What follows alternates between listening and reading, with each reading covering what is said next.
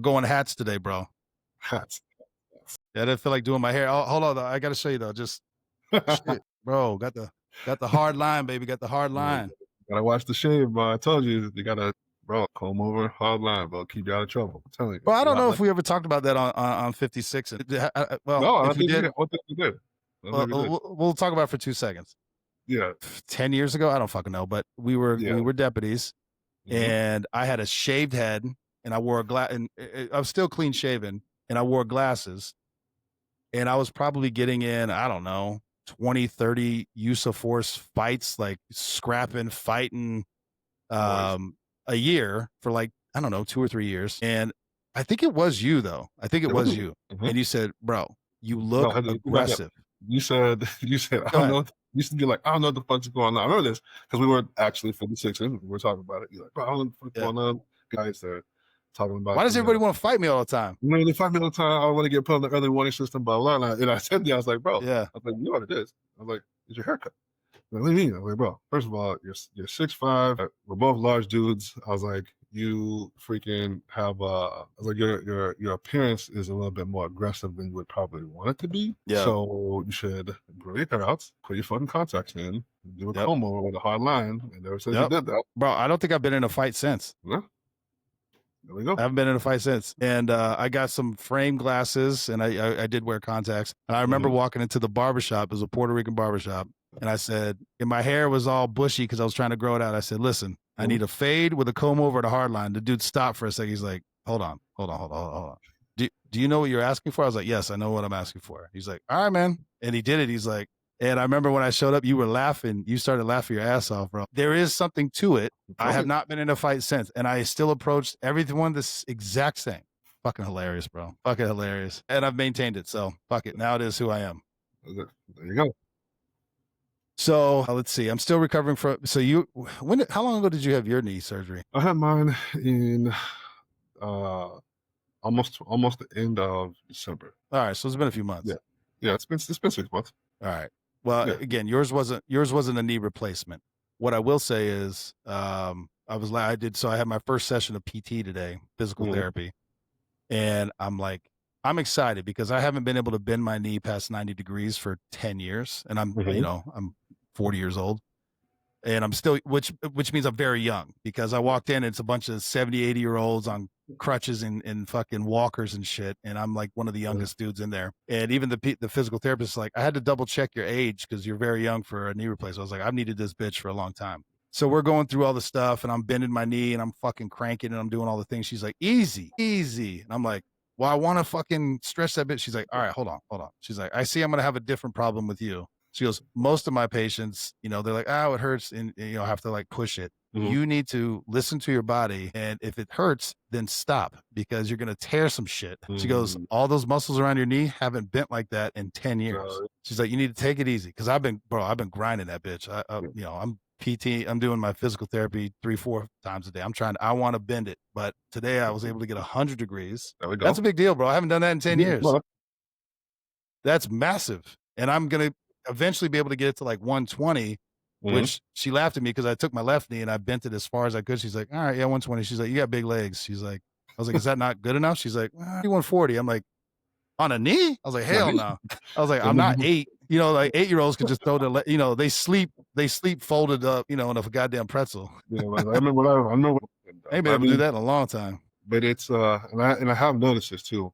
But obviously, probably not to the same degree. It's a different injury, but I've noticed how especially range of motion wise, I've lost just over time dealing with the injury. How much range of motion I've lost in that particular area, especially like in the quads and in that just on that side of my body, like my quads, my hip. I was telling Camille, that was the first time I was able to do a lunge, maybe in almost a year, and I'm like elated, bro. It seems like nothing, but inside, tears of joy, bro. Like tears of joy. I'm like, I can. And the weird part is, it's almost the mental part is getting over thinking about ooh, when I do this normally hurts. Yeah. So getting past that part of it, being like, oh, this is back to my regular normal, which is now the new normal. Being able to move it, shit like that, man. You find the psychology of the injuries are probably a a little bit more difficult to get past than the actual fucking the pain of going through it. You know? Yeah. Shit sucks though. Glad to hear you're doing. Glad to hear it's going better. Actually, as a matter of fact, I did my first box jumps yesterday. The first time Damn, in bro. a year, bro. I'm probably a year away from that shit, but yeah, I'm excited to be able to. I was like, ooh. Yeah, and I think that's because again, you know, I'm young for a knee replacement, but I'm like, I haven't been able to walk a mile without pain for years without my knees swelling up and like having to ice it and take all kinds of, you know, anti-inflammatories. And the idea that that'll be something I can do is, well, anyway, like she goes, I can tell you're excited. I'm like, yes, I'm ready to. Let's fucking go. She's like, this is all gonna take time. This is gonna take time. You need to relax. I'm very fucking excited. Let's do it. Yeah. Wait, I'm on the game. Are you sure? Right. Can I keep going? Yeah. So I'm trying to take it easy. I got a couple more weeks before I can go in the pool because I gotta let the fucking whatever the stitches and stuff. I gotta let that shit heal. They're gonna put you. They have the like we had in college the fucking the pool treadmill. Yeah, dude. Dude, it seems counterintuitive. Like if I could put this fucking leg like in an ice bath for 3 minutes, I think it would help with all the inflammation, the soreness, the circulation. But it's like you can't soak it, so I'm like stuck doing. Because of stitches. Yeah. Because you don't want anything to get in. And that's the other thing. The surgeon has fully terrified me in the thought of getting an infection inside the knee. He's like, if this gets infected, we have to do it again. And I was like, fuck that. That will probably break my spirit, bro. I can't do it again. Fuck no. There ain't no goddamn way. Just take it, bro. Just cut it, bro. Just cut it off, bro. Fuck it. Because, bro, for 2 weeks, just my leg just... Is this elevated enough? It's at fucking 90 degrees. I mean, I'm gonna have to get like a gurney above my bed to like pull that bed. Well, damn. I told you need a protractor, bro, so you can figure out what. You're not elevated enough, bro. You're not elevated enough. Well, see, I was laughing. How do you elevate if you get a hip replacement? Well, you have to hang upside down like a vampire. You be face down, ass up all night, bro.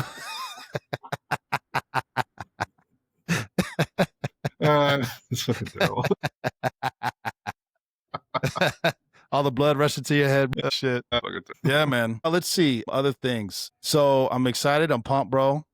Street Tales book is we're getting to the final stages. I'm very excited.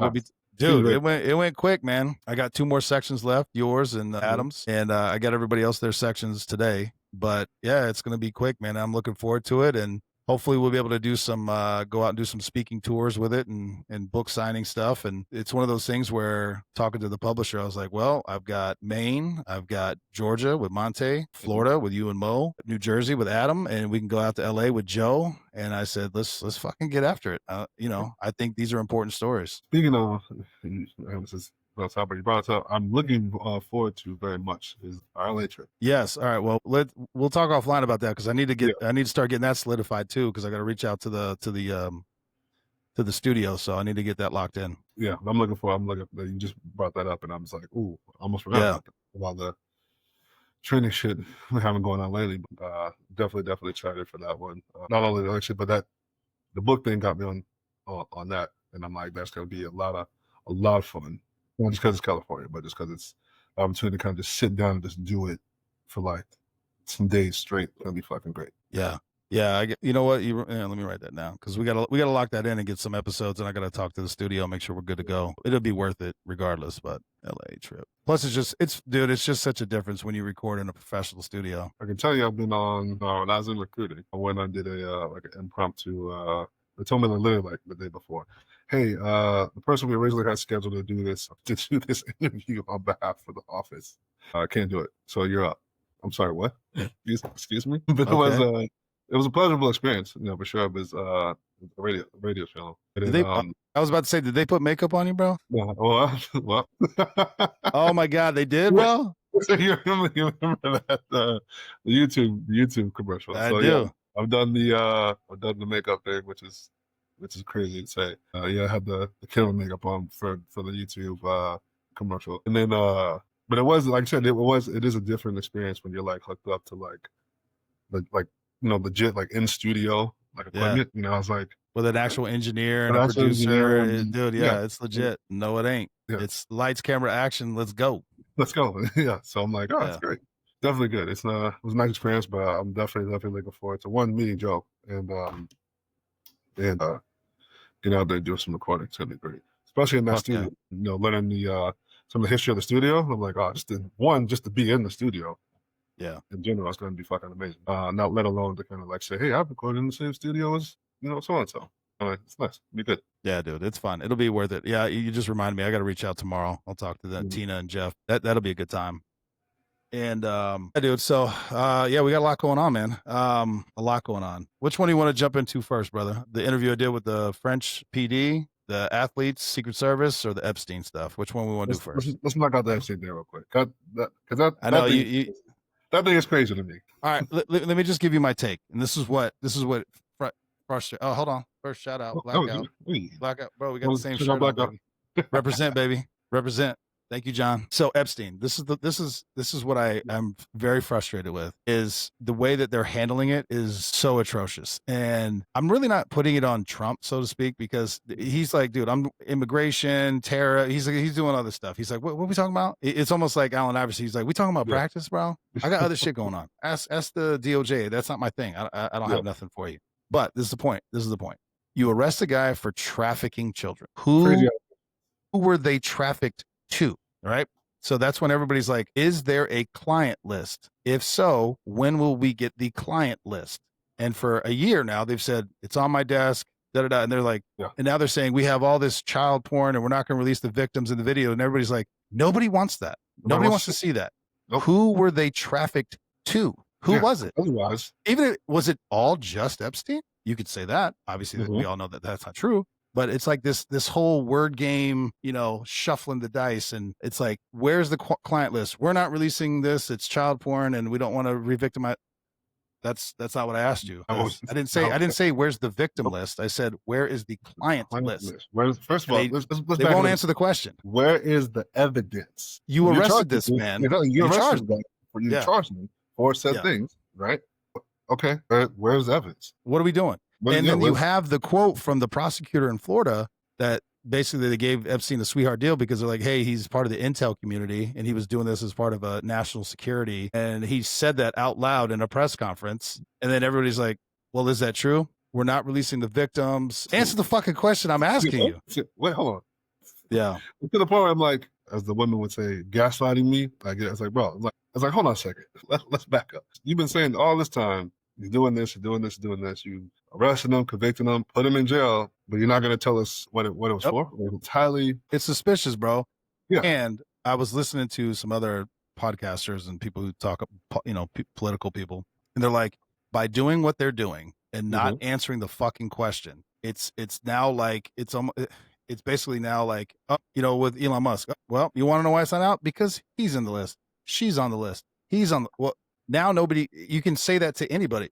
You're on the list. That's why it's not out. And that's why you shouldn't vote for this person or do business with this person, because you've continued to allude to a list and you're not providing it. Now everyone's on it. Yeah. And it really does make you wonder who's really on it. Like there's gotta be tiers of who's actually on the fucking list, right? Well, and this is the other part. The other part of it is like, because they're like, oh, Trump's, connected to Epstein. Well, Epstein was part of Mar-a-Lago until Trump was like, yo, kick that fucker out. So the dude was tied into all of the most powerful, wealthiest people in the world. That doesn't mean all of them were banging underage kids.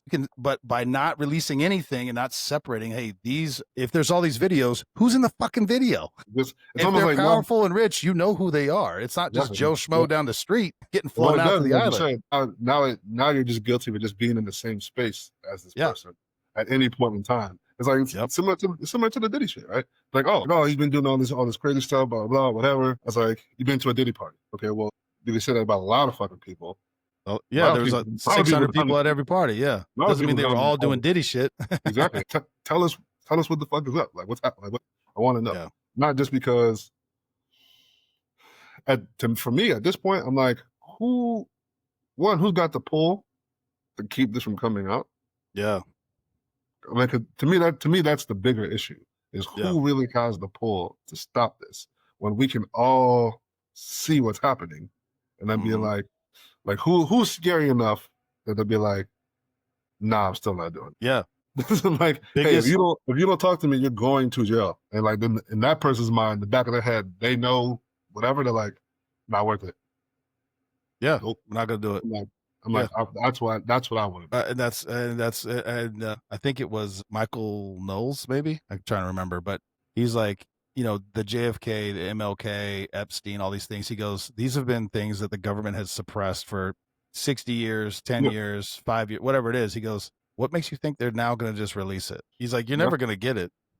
And if you do, it'll be fucking He goes, 200 years. you're asking the government to snitch on themselves. They're not going to do it. I was like, he made a valid point. You know, what you're gonna need is a Snowden type Yeah. incident for that kind of thing to come out. Otherwise, they can shut it down. Bro, let's talk about a different side though. Think about this shit, bro. Think about Yeah. this. Think about if you're the FBI, whoever it was that went and did the raid on Epstein Island. In your head, I don't know if they thought about this. I'd be like, I'm not going there. Hell no, because now there's only this many people have seen that evidence. If it gets leaked, that's who they're going after, and I don't want. That's why it's like I don't want none of that shit. I wasn't there. It wasn't me. I don't have access to it. I wasn't there. I didn't see shit. But see, nothing. I want to be involved. I don't want to. No, absolutely not. Yeah, man. That's a scary thing too, bro. Because think about that shit. The scary thing, because like you said, I know you know. So yeah, bro. Let me tell you this. I'll have to keep it vague because I can't talk specifics. But I was working on a case, and I'm just following the evidence. And I ended up going out to L.A. I'm in Beverly Hills, following the evidence, and these are all victims of a fraud. Who was somebody who was perpetuating fraud.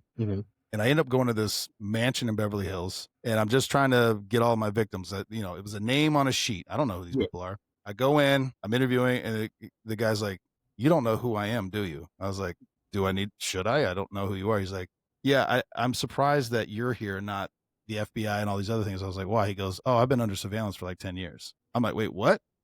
And I'm like, "Hold on." I stopped for a second. I had backup with me, but I'm like, "Whoa, whoa, whoa." He's like, I shit you not. We leave there and I start making calls. I get a call from the head of the FBI in LA and the head of the agency I work for to go to their office. Why were you there? And why were you talking to him? I was like, oh, well, he's a victim of this. He's like, yeah, no. I was like, well, he was on the thing. Okay. He goes, yeah, don't put that in your report. It was like that, bro. I was like, oh, shit. You know what? I'm not asking any fucking questions. I'm not gonna ask any questions. I was like, I ran his name. Nothing. Usually if there's something going on, there's a flag or whatever. None of that came up, bro. Yeah. So this shit does happen. Imagine you're a beat cop and you're just trying to, crime occurred. You're just figuring it out, and all of a sudden you're like, wait, what's happening? Why y'all coming down on me? I'm just what's going on? Yeah. Yeah. They say knowledge is power, right? And it is, right? But I think sometimes you take that cliche and you think like the more I know about like science and physics and math and I'm like, that's not the kind of knowledge that we're talking about. That ain't the kind of knowledge that we're talking about at all, bro. It's like, yes, that knowledge is power, but knowing things that other people don't know is also power. Man. Yeah. And you see it at your workplace, agencies. How the fuck did that guy become a whatever? He jumped up 2 promotions? Damn. He must have dirt on somebody. But you see it, it's like that. You see it in like politics. You see it in just like day-to-day life. You're like, how do you keep going up? Okay, I'm seeing. I'm tracking. Yeah, exactly. I got it. Yeah, but yeah. Oh shit. So yeah, the Epstein thing. I don't know, bro. I don't think we're ever gonna get that. Yeah, I mean, I was kind of hopeful that we actually might get it. Especially in this day and age. Yeah. And then again, but like I said, that's what makes it even more intriguing is the fact that we are in this day and age and still not getting it to the point they're pretending like they didn't even have it. I was like, oh, you guys just said like 6-7 months ago we got the evidence, and now you don't have it. It doesn't exist. Well, and I'm very surprised. And this is what I mean. There's something powerful, bro. It has to be, because you had Cash Patel and Dan Bongino. Bongino had a podcast. He was all over that shit. Like, we need the list. Where's the fucking list? I want the list. Cash Patel's like, this is a cover up. Y'all should release it. And then they're now running the shit. And they're like, now you run it. And now you're like, it's not coming. He's like, nah, he committed suicide and there's nothing to see here. Hold on, bro. Okay. What happened, bro? All right. If that's the case, tell me why you believe that now. Because that wasn't your opinion 6 months ago. What changed your mind? Yeah, what changed your mind? Yeah, dude. I mean, it's obviously we're not going to get that. It's not a fucking requirement. You don't have to tell us that. But no, but that's my thinking is why sudden change of heart? That's what. Yeah, I don't know. Well, I'll be interested to see when Dan is done being the number 2 guy at the FBI if he goes back to podcasting or Or if all of a sudden not interested in that anymore, I'm just gonna drift. I don't I'm think just you will. gonna drift away. I don't think you will be. Yeah, I yeah. I was like, I ooh, don't. buddy. Yeah, I don't think you will be because you won't be able to. You'll never be able. They'll never be able to avoid that topic if he doesn't address it. Correct. Because everybody's about, Oh, yo, motherfucker. always going to come up. They're always Yeah. going to ask me about it. So he's probably Which, smart. which is like, think about James Comey, bro. Like, okay, you ran the FBI. Why do you still insert yourself into the media and the public? Like, what other director has ever done that? They all just drift away, bro. They like, don't bother me, don't question me, I don't want to know nothing. And this dude is just putting himself out there all the time, just getting bashed. It's like, why are you what? Yeah, I don't know. I don't know. Unless, yeah, I don't know, man. It's kind of like that. No, I heard Candace always say this about Kanye West. It's almost like they call you like you're crazy. You're crazy until you're right, right? Yeah, And it's like at that point, it's like I, I know you guys thought I was crazy. I was just first. I just knew it before you did, and yeah, it's starting. A lot of this shit kind of has that same feel of like people been saying it. You want it. Like I know Alex Jones. They think he's a fucking crackpot, whatever. But I'm yeah, like some shit he wasn't some shit he wasn't wrong about. yeah, I don't know. It's a lot of it is starting to kind of feel like that. Where like we're just gonna discredit you to the point where like no one's gonna believe you, or it's always gonna be like something in question where they're never gonna be able to take you 100% serious. Right? yeah, So it's like until the fucking proof comes out. yeah, Until it comes out, and they're like, "Oh, the motherfucker was right." Like, bitch, I told you that 10 years ago. yeah. I know, I've been man. I've been saying 9/11 was an inside job for years before it became popular. I was like, bro, that shit seems like an inside job. They're like, no, Yeah, our government wouldn't do that. Like, I work for the government. yeah. You crazy. The government is people, Exactly. So and with their own interests and their own ideologies, bro. exactly. You can, yeah. Let's get out this stuff before we get Move killed. on that. All right. So I did on the Street Tales podcast side interviewed Francois terrible Bargel. I'm not very good at it, and dude, it was. I'm actually interested. I'm interested to talk to you about it a little bit. Mhm. Just again, France is obviously much smaller than the U.S. I get all the concepts, but they have the French National Police, Mhm. and they run everything. They run street cops. They are the municipal cops. They are the sheriff deputies. They are the troopers. They are the FBI, the ATF. They are all of that under Yeah. one command structure. And they have their command structure is very much like a military. You have Yeah. like commissioners, but then you have like 1-star general, 2-star general, and in Yeah. times of need, 3-star, like, they have these structures, command structures, and everyone goes to the same training academy, which I know you couldn't have one training academy for the US, but the concept of they're all trained to the same standard and level. They all have tests. And if you want to go from, hey, I want to go from being a deputy to now Yeah. I want to go be for the French Secret Service. You go through testing and training and physical fitness. You have all this stuff. They also have their regional SWAT teams, their national SWAT teams. So they have they call it the Red Unit, and then they have the GIGN, and it's like all under one command structure though. And the idea of it was, it's fascinating to me because I think that's something that is lacking in the US, just having that standard baseline. Yeah. And also think about that, the ability to move up within the same agency. So you could say, hey, I want to be a deputy in Florida. Now I want to go be a deputy in Texas. And it's just, it's the same agency. So you keep your retirement, you keep your benefits, you'll have the same training, you just slide over. And then you're like, hey, I want to go protect the president. All right, well, you got to try out just like you would for the bomb team or the SWAT team. And you try out and you make it. Now you're protect. You see what I'm saying? Like they all have, but everybody in the command structure and everybody outside of it because you're all part of the same agency. That idea in itself, I was like, that would be, I don't know how we'd ever effectuate that in the US. I don't think it's possible, just the way we're all set up. But that idea, the concept is interesting to me. Then the other one is he was from a young age, he's a black belt in judo and was like a European champion and all this stuff like that. But we talked about, Mo was on there with me. And she was like, so in law enforcement, do you guys have a way, like you train people how, like these are techniques you're allowed to use? He's like, no. He's like, if you're a judo guy or a boxer or a kickboxer, whatever you're proficient at, he's like, you can use all of that. He goes, if you're a boxer and some guys doesn't want to go to jail and you knock his ass out, that you're you're good to go. Yeah. He goes, and I'm a judo guy. So if I take you to the ground and I strangle you, he's like, good to go. He goes, well, I got to take that back. He goes, 3 years ago, this is BJ, 3 years ago. So prior to 3 years ago, they were teaching you how to stranglehold motherfuckers. He goes, yeah, it takes the fight right out of them. I'm like, yeah, it definitely does. Like, yes. But they had an accident. They had basically somebody held that choke a little too long and the dude died and they had to scrap it because it created unrest. But he was just basically like, whatever defensive tactics, martial arts that you are proficient at, you are well within your rights as a cop in France to use those techniques on somebody you are trying to effectuate an arrest on. Imagine that, bro. I'm not against it because I think that's what happens anyway. It pretty much does. No, but I think that's. Could you imagine being taught how to choke? I think that kind of how it works out anyway when people get into shit. And yeah, you go back to your training, whatever your training is. What you know how to what you're proficient at. So I think it kind of works out like that anyway. I don't think you'll ever have it be in a place where people will come out and as a lot of agencies that come out and say that, like, oh yeah, you can do that. Let me do it. Like, well, he's the number 2 for the whole thing. And he's like, no, absolutely, do what you got to do. The other part that it was a quote, and I'm gonna fuck it up. I don't have it up, but because I was asking like, what is the relationship with the population of France with law enforcement? And he had a quote, and I'm gonna fuck it up, and I'm sorry, but he basically was like, the citizens' relationship with law enforcement is the embodiment of the citizens' relationship with the state. And then he also said, in France, the police are always wrong. That's like, this is how they go. And he was talking about like in France, they have a very high standard for protesting, meaning they are all about you protesting. And he was like, you burn cars, burn buildings, whatever you want. He goes, but they set up like hard lines saying you can protest in this area. Have at it. You cross that line, then we're gonna fuck you up. And he also said on vice versa. So the riot control, they have to stay at that line. If you take one step, like you go to reach out and pull somebody to you, he goes, you can get one. He goes, you're getting fired, but you might go to jail. Yeah.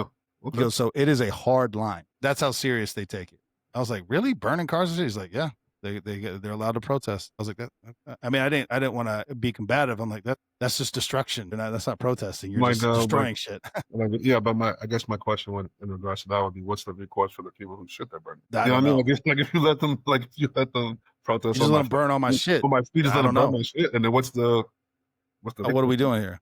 Yeah, who am I? Who's fixing my shit? Who's fixing my shit? Because you decided to let them do shit over there. So I guess that would be my only, not pushback, but my only question. Well, that was another thing he said, because we talked about how like everybody wants to sue cops all the fucking time. He's like, yeah, we don't do that in France. He goes, we're not like a sue culture. We don't sue each other. That's not something we do. Because he did come to the U.S. for like a year to train at University of Virginia, which I didn't realize they have like an international criminal justice program. Which anyway, all very cool. But he learned a lot. He's like, yeah, in the U.S., you guys sue each other a lot. He goes, yeah, we don't do that here. The court, he goes, it's not even like, I might want to sue you, but the courts will be like, no, this is stupid. No, the courts will kick it out. All these other motherfuckers, they want to sue it.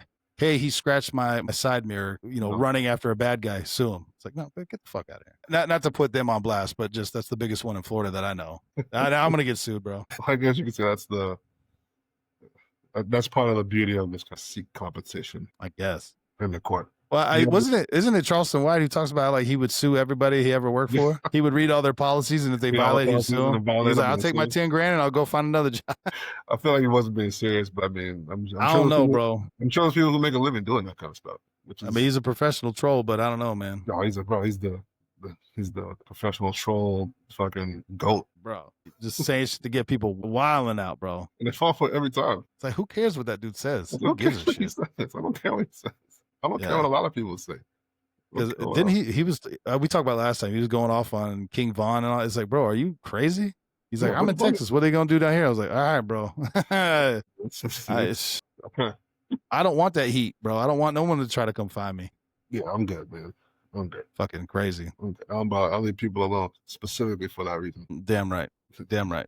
I don't think we got to talk about it because it popped up, and I've talked about it before, but the Secret Service agents that got punished. What do you think? This is why I think it's bullshit. And I knew it at the time. I already knew. This is the Secret Service agents that were in charge of advancing the Butler, Pennsylvania site for President Trump. Because I had inside knowledge, I know they asked for certain resources and bodies and agents, and headquarters, upper management, whatever, said no. You're going to get, they use temporary agents, which is, again, not uncommon. But my point is, if you're going to punish somebody, these agents said, this is what we need to be successful and protect this site. And then the supervisors and headquarters said no. So then they worked with what they had, including the counter sniper. They had been asking for a counter sniper since they got there, and the counter sniper got there the day before. I don't even know if he advanced the site. I don't know that part. But you're there for one day as opposed to you're supposed to be there for a week. And I don't even know that they had a week. I think they only had 3 or 4 days. And that's a whole nother thing. Campaign, it's like all the rules and policies get thrown out the window. You might advance a site 12 hours before the site, which is just, again, and this is what agents have all said, is like, you're just waiting. You're asking for something bad to happen. Per policy, we're supposed to have 7 days to advance a site. You're giving me 12 hours or 3 days or whatever. And we have to think of all the things that could go wrong. Whatever. Clearly, it was a massive failure. But the supervisors who said no, who signed off on the security plan, who probably weren't there, like the ones in headquarters, but the ones who were there, who did the walkthroughs, reviewed this, because that's the thing. As an agent, you go, you do the site security, you write it all up, and then you have to walk a supervisor through it and say, this is what we're doing, this is what we're doing, blah, blah, blah, blah, and they sign off on it. All the supervisors got promoted. And the agents, one of which I know was like brand new, like maybe a couple months out of training, those guys all got punished, suspended without pay. It infuriates the shit out of me. What's the term? Shit rolled downhill? I don't even know much more to say than that, because it's like, I'm telling you, this is what I need to be successful. You told me no. I worked with what I had. Shit went sideways. Now I'm in trouble because you said no. Yeah. That sounds about right. It sounds like government work. It makes me want to throw up, dude. Yeah, you feel bad I feel bad for them. But and keep in mind, they have a manpower shortage issue. How are you supposed to like? Did you really expect for it to turn out any other way? Well, because I know better, no. But the common sense version of me, some supervisors should have been held their feet to the fucking fire, bro. Demoted. I'm not saying everybody got to get fired, but demoted. Instead, they all got promoted, bro. It blows my mind, dude. And you fuck the guys on the line who are actually trying to do the work. Yeah. Yeah. Yeah. And this is after a congressional paper came out, I think in December, saying they've identified numerous flaws in the training, the traveling, supervision, where this was inevitable from leadership. They what do they call it? Both sides of the house said, yeah, they agreed with these findings. Yeah. And now fast forward 6 months, fuck the line, guys. Everybody in supervisors, you guys are great. Good job. Get promoted, lead more people. And like I said, like we talked about earlier, depends on who's got what kind of juice and who's looking at it. So frustrating, dude. Like if I've been here 6 months and this guy's been here 15 years. 16 years, come on. Yeah, but who did I learn from? Now you're just perpetuating the issue. And keep in mind, they have a massive shortage of bodies. They need bodies badly. So how does that help morale? How does that increase recruiting? How does that make anybody feel good about the job they're doing currently? Probably doesn't. All those things are probably all negatively affected. But fuck it. This is just what we're gonna do. Where we're at in most cases. And I think it's probably not just law enforcement. I'm pretty sure it's a lot of places. Anywhere in any kind of hierarchy or structured place. The bottom, you don't really have a say so. Don't really have don't have a say so. You don't have a voice when it comes to that. Yeah. Well, to tie in too, this was the other interesting thing. When you're with the French, when you want to go into the French Secret Service, you have to take a test. You have to do all these things. It's considered like a prestigious thing. You have to actually strive for. People don't get it. You get dropped out. You do 5 years of low-level security, which is accurate. But then you have to apply to go if you want to protect the president, the prime minister, whatever it is. I think they have like 6. You have to take another test. You have to do more training. And you have to be a good fit personality-wise. So you could be a PT stud and a test stud, and the people who are on the detail will be like, nah, we can't hang out with this dude. And you get scrapped. And I'm like, bro, on the service side, like that's when they lose all their people. Nobody wants to go do that because it's a shitty lifestyle. You're living somebody else's life. And this is the thing. It's a 3-year assignment, and you have to retest and reapply if you want to stay on longer than 3 years. Oh, sure. The service, it's 6 years, and they've been talking about increasing it to 8 years. And it's like, bro, you're killing people, man. You are killing people. Yeah, I wouldn't be opposed to the 3-year thing and doing it in spurts. I think, bro, I think anything over 3 years career wise is a very, very big commitment. I mean, that's a large commitment to do something so taxing, not just on your body, but just on your own personal life. I think 3 years is a good. People don't understand. You are living someone else's life. Wherever they go, you go. Whatever they do, you do. And that's what it is. Yeah.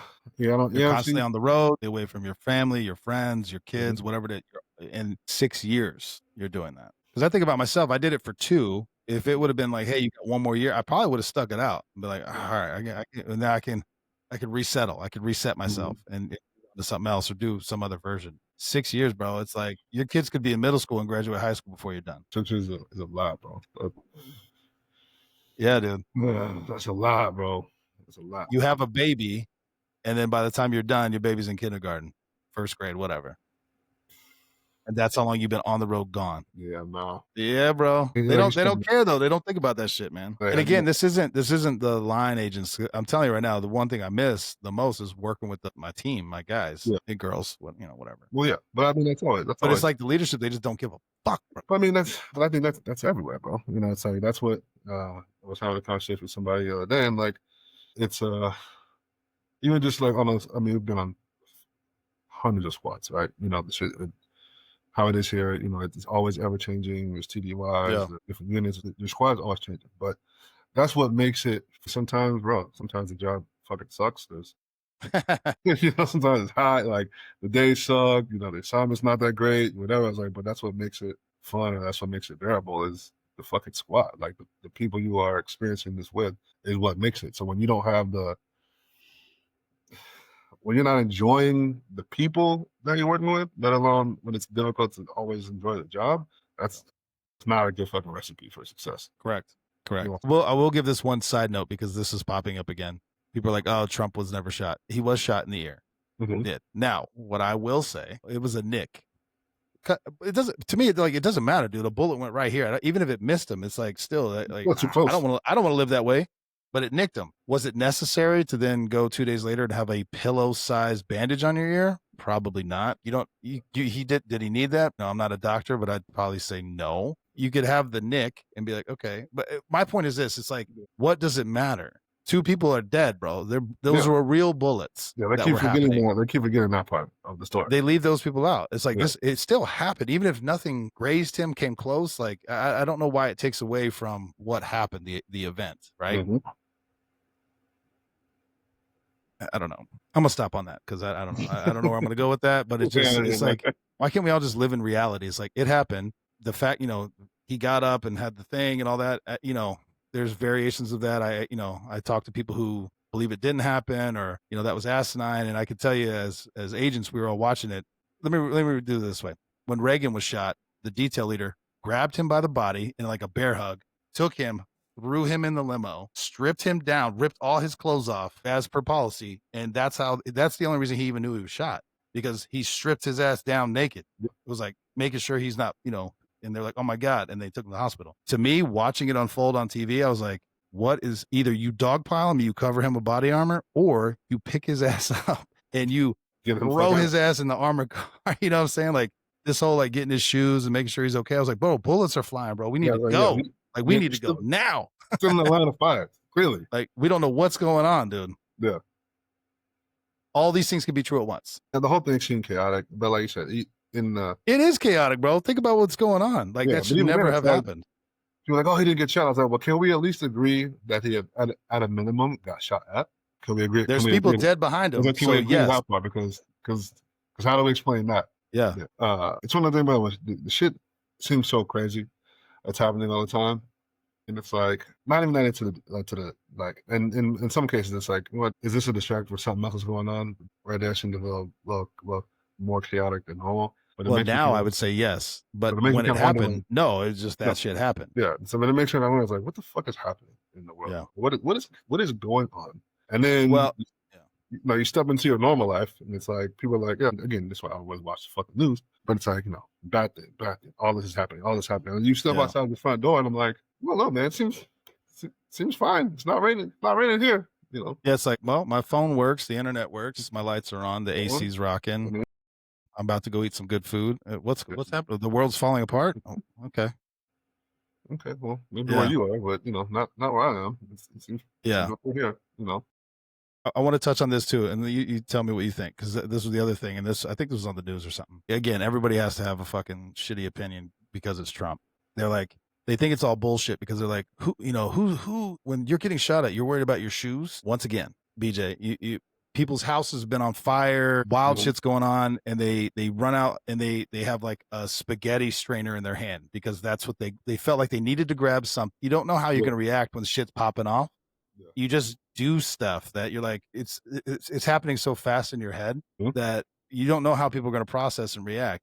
This guy is a businessman, he's an older gentleman, businessman. I'm assuming he's never been shot at before in his life, Right. and he was just like, "Where's my shoes?" I've seen women when their house is on fire, and they're like they come running out and they have, like, sticks in my mind. She had the spaghetti strainer thing, and I'm like, "Of all the things in your house, that's what okay. Are you okay, man? Like, let's just" Mhm. and they're just holding on to it like, "Ugh." Yeah.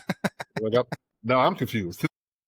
Wait, is your house on fire? What's going on? Why are you making Why do you spaghetti? have What are we doing? Yeah. People just do stuff. I don't know. I don't know how to explain it. But people do weird things, man, when they haven't. And again, it's not just it's like when they haven't. I think I don't think most people would anticipate negative things happening or being shot at. But, No.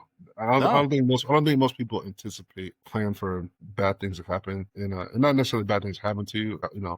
Adversity comes for all of us, all the time. Nobody's immune to adversity or difficulties in their lifetime, right? But when it's hectic, chaotic things in the moment, and you don't really have time to think Yeah. about it, a lot of people are just reacting and have no idea what they're They don't even doing. know what they're reacting They to. don't even know what they're reacting to because they haven't processed it yet, right? And obviously with with the type of jobs that are doing, it's like you can it's like you can see it. They're like, "How you stay so calm?" I was like, "Well, I planned for this. Like Yeah, I think about this shit all the time. I think about this shit all the time." And they're Yeah. like, "Really?" I'm like, "Yeah." I'm like, "I don't know what world you're living in, what bubble you're in. That they just can't happen at some point." I was Yeah. like, "But I plan ahead." Like Yeah. I was like, I back into every place I'm into, except for Lowe's, Home Depot, and Costco. That's it. I mean, Yeah. everyone else gets back in. It's like, why? I was like, because what if I need to get out real quick? What would be happening that you? I was like, it doesn't fucking matter. The fact is, I don't know. listen, I'm at least one step ahead of you. Yeah. While you're trying to figure out how to back out, Yeah. yeet. I'm out of here. Like I'm a step ahead of you because I thought a little bit further, right? And I could you can kind of tell, you can see it where people kind of just like move through life with any kind of like worry or like thought Yeah. into bad things happening to where it's like it was like the argument. This is probably sidebar, but people like it's all on a podcast where like a lady was saying I should be able to dress how I want wherever I want, Sure. and the gentleman was like, "You're absolutely right. You should be able to do that. You should have the freedom." It's like, but the reality says that if you do certain things in certain places at certain times, the likelihood that negative things will happen increase or decrease by Yeah. like why it's like it was almost like why does that not occur to you?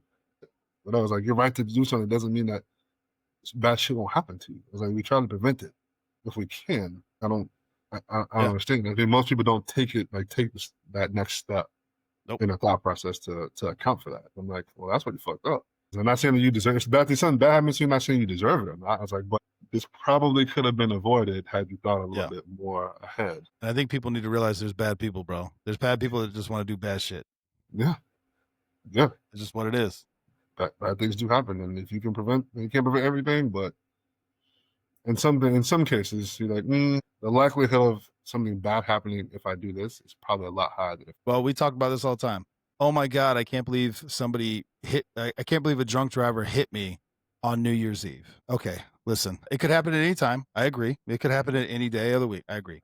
The likelihood that somebody's drinking and driving on New Year's Eve or before a holiday, very high, very high. it's 3 o'clock So, in the morning. oh my God, I can't believe. What do you mean can't believe? This is when people do this shit. Yeah. I was gonna laugh about the backing in thing because I think it was our driving instructor that said only two people back in their cars: cops and criminals. That's it. That's shit.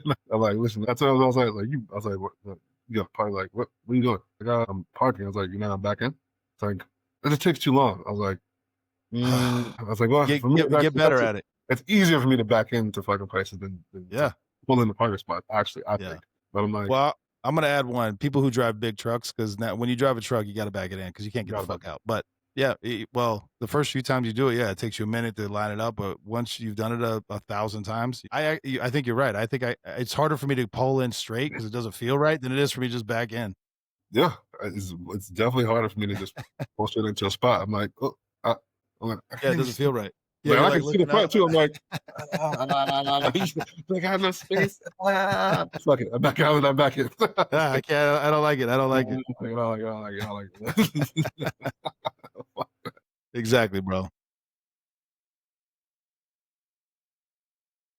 but it was like a sign like no backing in place. But I think it was a place where like people had to pay for the parking, so they needed to be able to see the lights plate. play, the lights play. Okay. I was like, this makes me uncomfortable. I don't like criminals, bro, criminals. I'm uncomfortable doing this. I don't like this. Hell Yeah. no. Nah. Yeah. It's absolutely fine. All right, last one, and then we'll roll, bro. But I want to talk about athletes with bad attitudes, and I'm not trying to pick on Angel Reese, but that's just the most recent one, and it made me prompt the thought. There's been many, and I don't know. You probably name more than I can, but honestly, professional all the way down. I don't give a shit if it's Pee Wee League. I've never understood why athletes, star athletes or otherwise, it's almost like it's excused away, or they're just heated in the game, or whatever the fucking point is. We'll focus on professional athletes for now, because I think that makes it even worse in my mind. You're getting paid fucking, well, I was gonna say millions of dollars, but not everybody does. But you are getting paid to play a game. You can be hype. You could be the enforcer, the whatever, right, against the other team. But when you see them snap or react on their teammates, their coaches in a public setting, again, I've had arguments with my coaches behind closed doors. I'd never do that shit on the sideline. I'd never do that. Absolutely. And I've gotten into fights with my teammates, again, on the practice field, locker room, whatever it is, because a bunch of aggro, afro, alpha, whatever the fuck terminology you want to say. It's male, female, don't matter. You put them all in one room, people gonna fight because everyone's got egos and pride and all that other shit. But it feels like it's more and more accepted now, and I don't understand where that's coming from. I don't know. To me, I don't think it's ever acceptable, right? You don't see the backlash. You don't see anybody freaking out. They're just like, heated, hot, hype or whatever. Passionate. I'm like, man, fuck all that. I was like, fuck all that, passion. I was like, there's never a place to be disrespectful. One, especially your coach, or your teammates, right? Yeah. I think you'll find in some of the professional leagues, it's almost like they're paying them so much money that I don't want to make the assumption that they think they're above the system. You know what I mean? Because they aren't a highest paid player, or maybe with something like the backlash, it's hard to punish a guy when you're paying him, $55 million a year to play, and then you take him out the field. Now you have to give an account as to why your best player, your best investment is not on the field because. Well, this kind of goes into what we were talking about with your star athletes, right? Not being on the court or in the field or whatever. But it's like, that's what I'm saying. Like, how do you punish that behavior? Well, you got to make a stance. Like, at some point, you can't lose. I think you can't lose control of your franchise or your team, by not addressing it. And that sends a wrong message. What's the term number? Nobody's bigger than the program. It used to be how it is. Nobody's bigger than the program. Nobody's bigger than the program because they'll find a way to avoid that contract, and it's that bad. They'll find a way to get you out of here for sure. It's like, but I think in some cases it's like, to me, it's hard to really ever. I don't see a situation where you can ever really justify that level of behavior, right? I mean, I'm not thinking, we've been in, especially in team sports where it's like, hey, this motherfucker not pulling his weight, right? But that's something that you, like you said, you address in like a private setting. You don't do that shit on the sideline. That's my point. Is this: you can have arguments. It's in the public setting during a game, whatever. I mean, there's something where you get like a Tom Brady who's going back and forth with the coaches. It's kind of hard to not do it in public at that moment. You know what I mean? But you got to also remember, like cameras over, they're always watching you, and you're Tom Brady, bro. You're the guy. They're always watching to see what you're doing. Yeah. It's not to say that Tom Brady is the equivalent of being college, but it is almost kind of like right. It's like everything they're watching, everything they're doing. Yeah. So your human emotion doesn't supersede your program. So it's like, oh man, on the law enforcement side, it's like, oh, that lady spit in your face, and it's like, yeah, if I wasn't in uniform and that lady just spit in my face, you might knock her the fuck out. You mean like, but like that would probably that might be your reaction in the moment, but like if you the backlash is different is if you were in street clothes, right, on your own time versus like, oh, you were working, you're in uniform, like, oh, you don't get to have that kind of human emotion. You have to be better than that. And I think that's kind of like what similar in that sense. But I didn't ask myself, like, are we really expecting them to not have human reactions, human emotions? I mean, yes. I think the answer to me is yes. You're getting paid a lot of money. You're supposed to be a professional. Well, no, but I think more so yes because of what the precedent you're setting for the ones who are coming behind you. Like kids are watching you. That's my point. You know what I'm saying? So You're a like kids are professional. watching you. Yeah, you're like kids are watching you.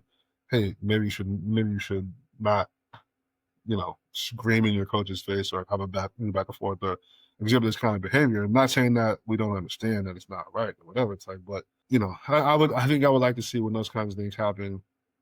Maybe like an athlete come out and address it. I mean, I know Barker had this thing back in the day. He's like, I'm not a role model. He's like, he's like, no, Charles, we get it. You don't want to be a role model, but that doesn't. Yeah, but you are. That doesn't exclude the fact that kids are looking up to you. They have your shoes, they have your jersey, they want to be like, what's your autograph? They want to play like you. That was like people are watching you. So I think, especially in this day and age where you can't get away from the camera. Especially in this, but I don't know how some of these athletes from like the 90s and fucking, the 90s, 80s, whatever, would fare in a day and age where everything you do is on camera. Everything. Practices on camera, your fucking entrance into the stadium, what you're driving into, in the tunnel. Like, goddamn, can I get away from you, motherfuckers? Yeah. No. They're in the locker rooms now too, yeah. Yeah, they're in the locker room. Like, goddamn, I can't do anything, can't say shit. It's like, yeah, it's a different day and age. So, I mean, like I said, I get when people kind of like have that blow up of emotion, but put this way, I don't think it'll ever necessarily maybe stop per se. I think what I would maybe kind of like to see is like an athlete come out and just like kind of make a statement and say, hey, I just want to address this. I had a little back and forth with the coach on the sideline. Not something I'm proud about. Definitely in a heated moment. Not an excuse, but I want to apologize publicly because it happened publicly. I also want to apologize publicly to the coach. I apologize. Kids don't. Don't. That's not a good thing. Something like that maybe, but I don't think it'll necessarily ever really go away though. Yeah. Last question, because you kind of triggered in my head when you said the 90s. There's a meme going around with Michael, Kobe, and LeBron, and I actually. I disagree with the meme, but basically it was like Michael and Kobe were looking down on LeBron with all their championships and all that saying, and they were like, you had to switch, 3-4 different teams to get your rings. We stayed with the same one. You're not on the same level as me. Mm-hmm. I disagree. Yeah. But that is a common mentality, I guess. Or well, according to the meme and all the posts and the comments, like people agreed with that. I highly disagree with that. In the sense of people were like, oh, Jordan went Central Six. Jordan also never won a championship without Pippen. I was like, so he played how many years? Like, he didn't win all them years. The years that he played and didn't win, he lost. Same with Kobe, he lost. Okay, so what? Yeah. So I don't see that. I'll never understand that. Like, oh, well, you didn't win all your championships with the same team, or that you fucked over Cleveland or whatever. It's like, so this is a business, bro. Like, what are you talking about? Yeah. And I think that's the difference between, and I think it's, people trying to make the argument for Jordan. I think they try to make that argument against LeBron. Like, you went to a different team, or you had to do this, you had to do this. I was like, first of all, you motherfuckers put the emphasis on these championships as a I guess as a society, as a marker to do whatever. I was like, and you can't even use that. Well, Jordan's got 6. I was like, Bill Russell's got 11. Robert Ory's got 7. Is he better than Michael? Well, no, it's other things. I was like, so if that's not the only benchmark, what are we talking about? What are we talking about? I was like, LeBron's got the most points ever. Well, there's a longevity stat.